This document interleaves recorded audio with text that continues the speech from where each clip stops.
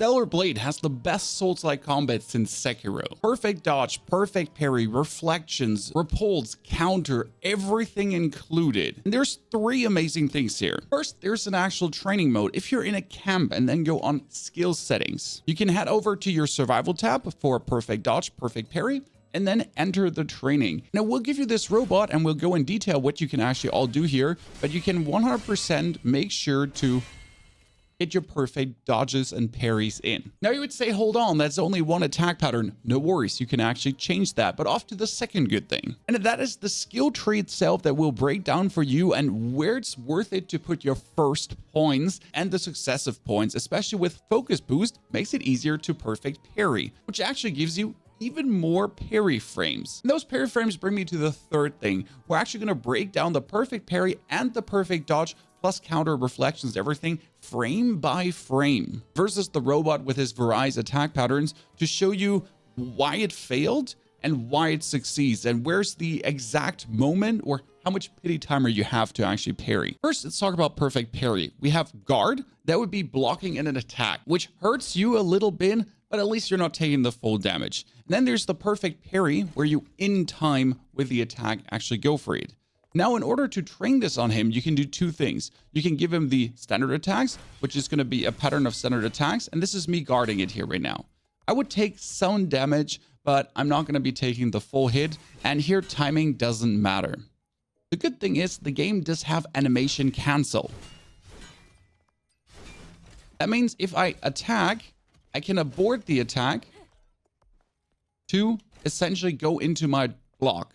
If I feel like I could attack, but I want to straight up go over, I can actually abort the attack to go into the guard, just in case I had an unfortunate timing. And then against him, this is what perfect parries would look like. And the good thing about perfect guard is there's these yellow dots below his health bar. If you break all of them, and bosses has like 12, then he's going to get super staggered.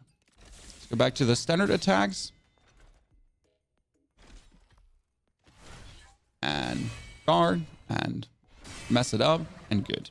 Now you could do a retribution attack, which will straight up take out 1/3 of the health bar on a ginormous boss. Now, before we go to the frame by frame breakdown, there's a second step to perfect parry, and that would be counter and counter 2.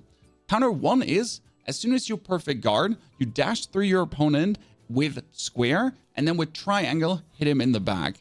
And with counter 2, you would essentially, after a perfect parry, just hold your triangle to do a super attack.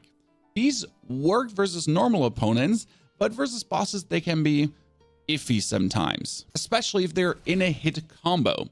So here, I perfect guard, and then I'm going through him and boom, hit him in the back. But see, he actually does hit me because he's still in the motion. So if I perfect guard this, I'm better off to perfect guard the last in the chain to then either go for my standard beta move or into the follow-up counter. It'd be again, perfect guard and then perfect guard and boom, through him and in the back. Works, but could also end up in me getting hit on his last hit. And versus bosses, mostly I use this against standard mobs. I don't actually use it in boss fights much. For boss fights, there's something better. That would be perfect dodge. But now before we go into the perfect dodge, frame by frame breakdown to see why we succeeded and why we failed. Let's look at a parry failure first that led to a guard and then the same move, but into a perfect guard. Here he goes swinging and we only guard. We guard and we actually get hit. Mistakes were made. But where did we already start?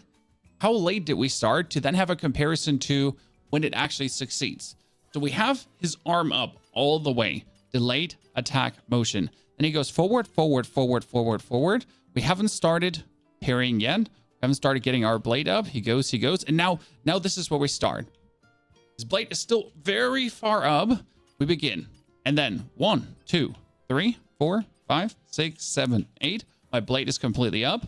9, 10, 11, 12 frames until the actual hit happens. That's a lot, right? So we should have probably, with the motion that we started here at 12, started around, I'd say, here. This is the motion where we should have started, because you notice how long does the guard actually take to go up? And that's the interesting part. It takes 1, 2, 3, 4, 5, 6, 7 frames roughly until you get your sword up. And these 7 frames, that's the connection, right? That's the plan between. So your sword doesn't have to be all the way up. I think this is already where the essential guard happens. And that's where I'm going to say a spot should be. Now let's compare it to an actual successful parry. Same position, arm is all the way up. And we're going to go forward, forward, forward, forward. And this is where we start, this lane. So we got first frame, then 2, 3, 4, 5. Boom, that's the hit. Not directly on blade hit connection. Boom. As you can see, it looks like it that we are starting, but we are beginning vastly earlier, not up here. So not 1, 2, 3, 4, 5, 6, 7, 8, 9, 10, 11, 12, 13, 14, 15. So like after 13 frames up there, nah, we start on the last 6 to 7 frames probably, and it will be a successful parry. Okay, now we understood perfect parry, but what about the perfect dodging? That's really interesting because perfect dodging has many things, and that is perfect dodging, then blink, repulse, and reflection. First, perfect dodge is way more forgiving, and it's enough to actually tap your dodge button.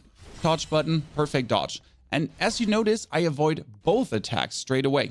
So he goes for this double swing, but since I'm in my dodge, I avoid both. Let's see, he's going again, and perfect dodge. And see, I avoid both swings, and I only have to dodge the final swing, essentially. And if you perfect dodge, you can hold down your square. So perfect dodge, hold down my square, and then reflection. Reflection is a stab into him. Alternative, you can learn blink. And blink is when he goes for a special attack. And these special attacks are the blue attacks, when your sword actually blinks. So we're gonna have him like go for a special attack now. My sword blinks, boom. And I blink through him and hit him in the back. And the game gives you a very good cue here because it's not when he blinks blue, it's when the sword blinks blue. Now when the sword blinks purple, then you have to do a backwards. So this is forward through him, right? I press forward and I go through him. But if he blinks purple, then you have to press backwards and go away. See, let's hear. See? Boom. That was the perfect avoid. And it does actually stagger him for some reason. And perfect dodge is quite perfect because you have 2 things you can do here. First, you can upgrade the reflex boost, so there's even more time for the perfect dodge. Then you can do double dodge. Yes, a double dodge is actually possible to really avoid anything. And lastly, you have a blink and repulse threat detection that slows down the time even more when this happens. So you essentially have the blue blink, but it's a hardcore time slowdown as soon as you put points into threat detection. But now to the interesting part, and that is reflections. You have reflection 1 and reflection 2, and they are both after the perfect dodge. And there are some counterattacks. The good thing is they almost always work. Remember how he was doing the standard attacks, and if he does the standard attack, my actual counter on the guard would be broken, right? Here, if I perfect dodge, I hold my button down, boom, reflection. And since I avoid both attacks by rolling, essentially, I always get my reflection off. Here, we're gonna perfect dodge his move and hold the triangle reflection, boom, hit. And then we're gonna roll the next one and square reflection. Now there's the last final attack the boss does. We've seen blue, purple, we've been dodging and parrying, but he does yellow attacks too. And yellow attacks are only dodgeable, or you do use your beta arts. Beta arts is for holding your L1 and then square or triangle, for example, and that would be this forward step followed up by another step, right? And if he does those yellow attacks, it's the best to just stagger him out of it. Because as soon as you're in your beta art, you usually can't get staggered out. In order to test these yellow attacks, you put him on all attacks. And then he does everything, right? He goes for the purple ones, he goes for the blue ones, he goes for, that's the yellow attack, and he does that, and I'm just essentially staggering him out of it. So he won't do it. And then there was one final thing he can do. He can go into red mode. And red mode is when he essentially does a super attack, right? When he goes super nuts. And you could actually guard, parry, dodge, whatever you feel like there. Usually it's perfect if you actually get a couple of perfect guards in. Because again, perfect guards breaks his stance and allows you to completely obliterate him. Whereas actually perfect dodges do not break his stance. That was a yellow one at the end. You notice that? The yellow one at the end. That I could only dodge. There was no chance for me to guard or parry that. Could only dodge. And you can actually perfect dodge it. So that's good because they can go into perfect dodge and reflection.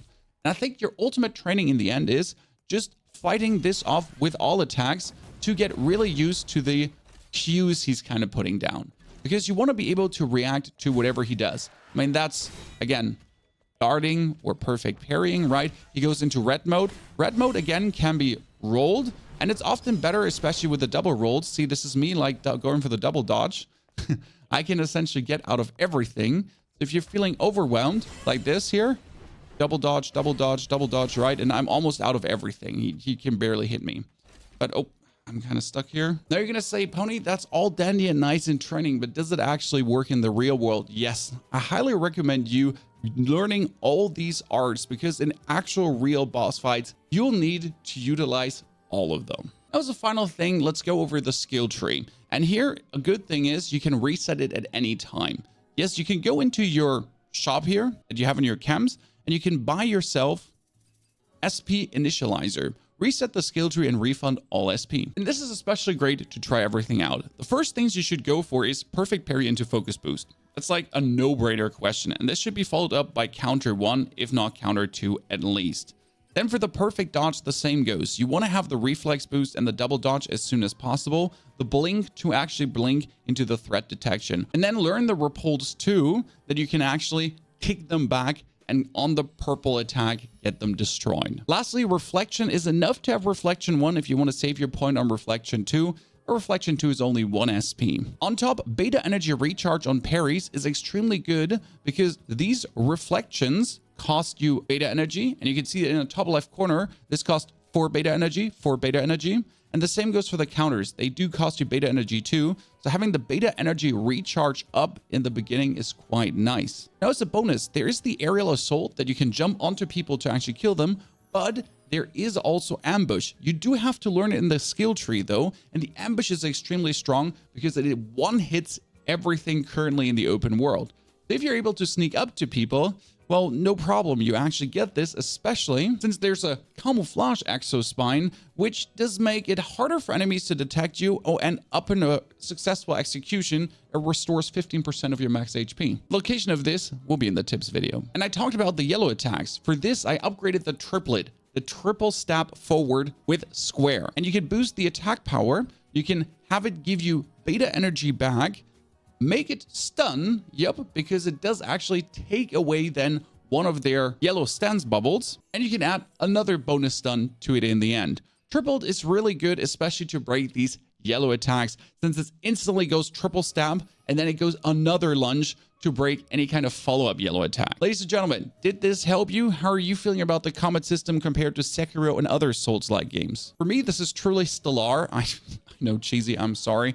And I'm enjoying it to the max. And if I just got your attention, this is me going for the platinum trophy and working 100% through the game, discovering everything. Enjoy. Tips video will follow very soon.